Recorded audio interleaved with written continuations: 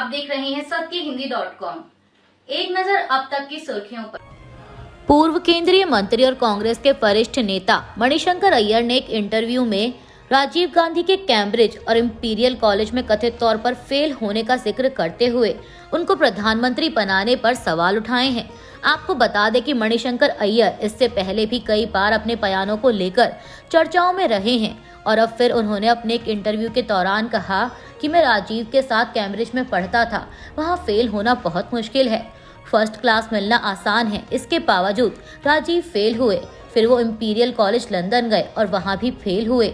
अय्यर ने कहा कि कैम्ब्रिज में कोई विरले ही फेल होता है क्योंकि वहाँ विश्वविद्यालय अपनी छवि खराब नहीं होने देता, फिर भी वे पास नहीं हो सके।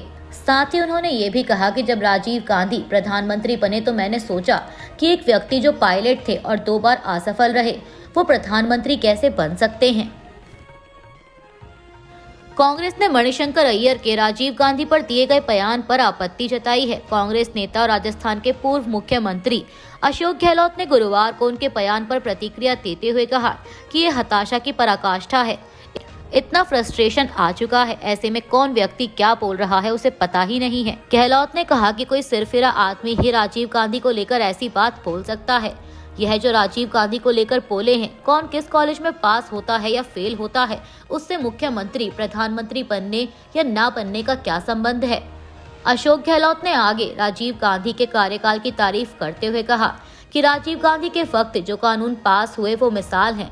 18 साल के व्यक्ति को मताधिकार देना और इस तरीके के शानदार कानून लाने वाले व्यक्ति के बारे में किए गए कमेंट की जितनी निंदा की जाए उतनी कम है। लंदन में विदेश मंत्री एस जयशंकर की गाड़ी के सामने आकर खालिस्तान समर्थकों ने विरोध प्रदर्शन किया, जिसके बाद उनकी सुरक्षा को लेकर सवाल उठने लगे हैं। इसे लेकर अब यूके के विदेश मंत्रालय का भी बयान आया है। यूके विदेश मंत्रालय ने कहा कि हम विदेश मंत्री एस जयशंकर की यूके यात्रा के दौरान चैथम हाउस के बाहर हुई घटना की कड़ी निंदा करते हैं। यूके शांतिपूर्ण विरोध के अधिकार का समर्थन करता है, लेकिन सार्वजनिक कार्यक्रमों को डराने, धमकाने या बाधित करने का कोई भी प्रयास पूरी तरह से अस्वीकार्य है।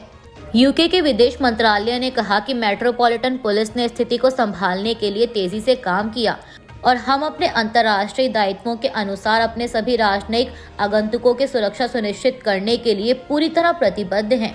सामुदायिक संगठन इनसाइट यूके ने इस घटना का फुटेज सोशल मीडिया पर शेयर करते हुए कहा कि यह शर्मनाक है कि यह हमला उस समय हुआ जब डॉक्टर एस जयशंकर ब्रिटेन की यात्रा पर हैं और उन्होंने ब्रिटेन के विदेश मंत्री डेविड लैमी के साथ सफल बैठक की, जहां उन्होंने द्विपक्षीय संबंधों पर चर्चा की।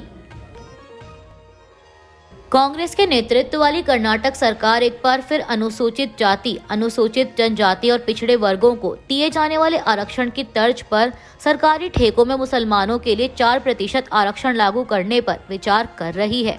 एबीपी की एक रिपोर्ट के मुताबिक वहीं राज्य सरकार के इस कदम की बीजेपी नेताओं ने जमकर आलोचना की है। मीडिया रिपोर्ट्स के अनुसार पिछले महीने राज्य के मुस्लिम विधायकों और समुदाय के नेताओं के एक प्रतिनिधि मंडल ने मुख्यमंत्री सिद्धरमैया को ज्ञापन सौंपकर मुसलमानों के लिए सरकारी ठेकों में आरक्षण की मांग की थी। सरकार ने इस पर विचार किया, लेकिन जब मामला विवाद में आया तो सरकार ने अपने कदम पीछे खींच लिए थे। इस बीच खबर है कि सरकार आरक्षण लाने के लिए विधानसभा के मौजूदा बजट सत्र में कर्नाटक सार्वजनिक खरीद में पारदर्शिता अधिनियम 1999 में संशोधन करने की योजना बना रही है। क्या अमेरिका में रह रहे 1 लाख से अधिक युवाओं को भारत लौटने के लिए मजबूर होना पड़ेगा? दरअसल हाल ही में अमेरिका में लाए गए कानूनी बदलावों के बाद इन युवाओं के लिए ऐसी ही असमंजस की स्थिति बन आई है। मीडिया रिपोर्ट्स के मुताबिक नाबालिग के रूप में अमेरिका में पहुंचे H1B वीजा धारकों के बच्चे 21 साल की उम्र के करीब पहुंचते ही एक गंभीर संकट का सामना कर रहे हैं। ये बच्चे अब अपने NRI माता पिता के आश्रित यानी H4 वीजा धारक नहीं माने जाएंगे।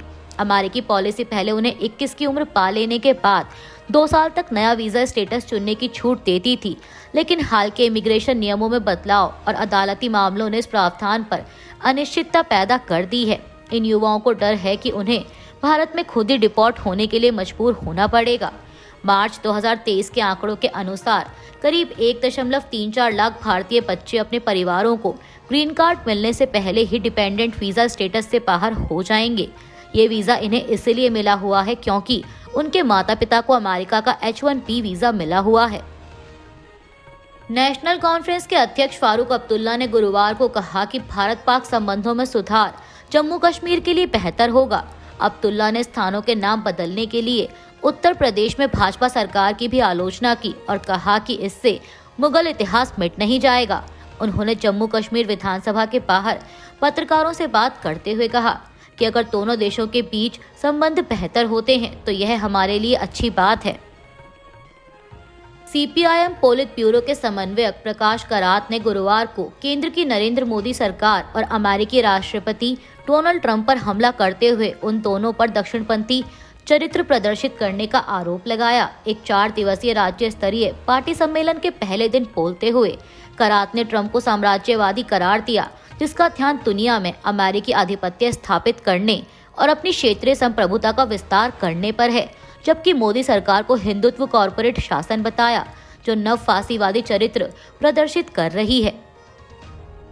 ब्रसेल्स में यूरोपियन यूनियन के नेताओं के एकत्रित होने के बीच रूस के विदेश मंत्री सर्गेई लावरोव ने कहा है कि यूक्रेन में अगर यूरोपियन यूनियन के देशों की सेना पहुंची तो वो रूस के खिलाफ सीधी जंग मानी जाएगी।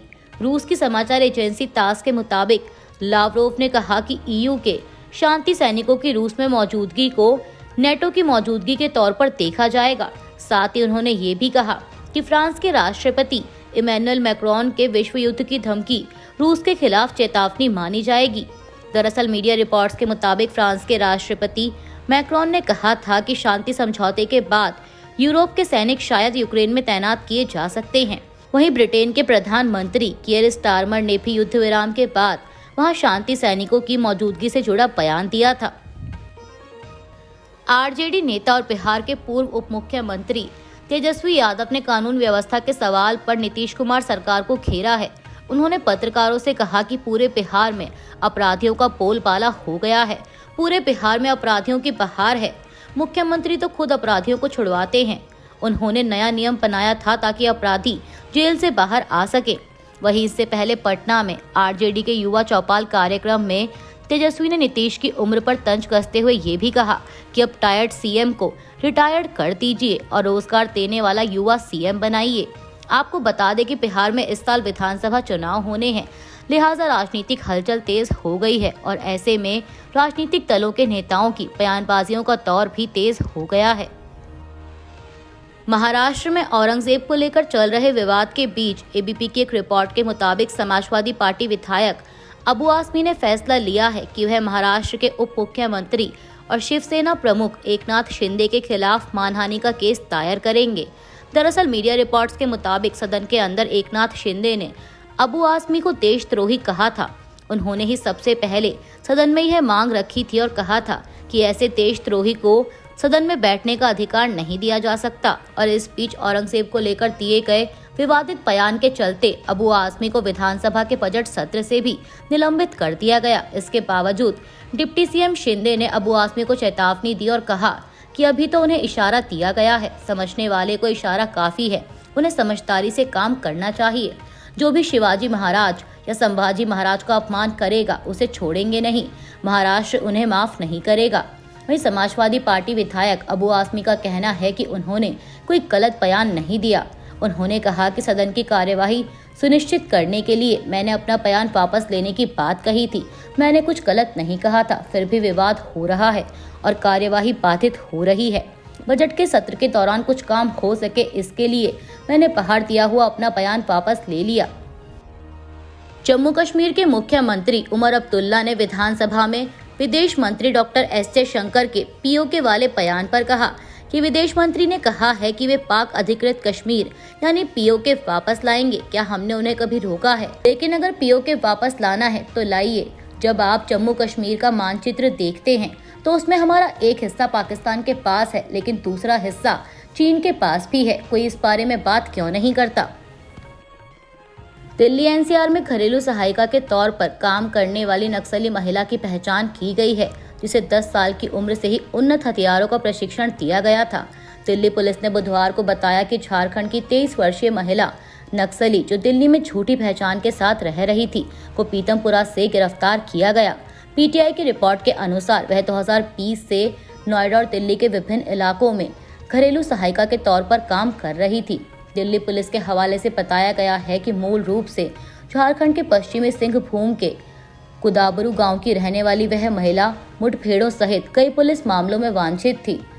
उस पर भारतीय दंड संहिता, शस्त्र अधिनियम, विस्फोटक अधिनियम और गैर कानूनी गतिविधि रोकथाम अधिनियम की विभिन्न धाराओं के तहत आरोप लगाए गए थे। झारखंड की एक अदालत ने 26 मार्च 2023 को उसके खिलाफ गैर जमानती वारंट जारी किया था। रिपोर्ट के मुताबिक 2020 में दिल्ली पहुंचने के बाद उसने झूठी पहचान बना ली और घरेलू सहायिका के तौर पर काम करना शुरू कर दिया। समय के साथ वह पीतमपुरा में बस गई। अभी के लिए बस इतना ही। बाकी की खबरों के लिए जुड़े रहिए सत्यहिंदी.com के साथ। Copyright disclaimer under Section 107 of the Copyright Act 1976. Allowance is made for fair use for purposes such as criticism, comment, news reporting, scholarship, and research. Fair use is a use permitted by copyright statute that might otherwise be infringing.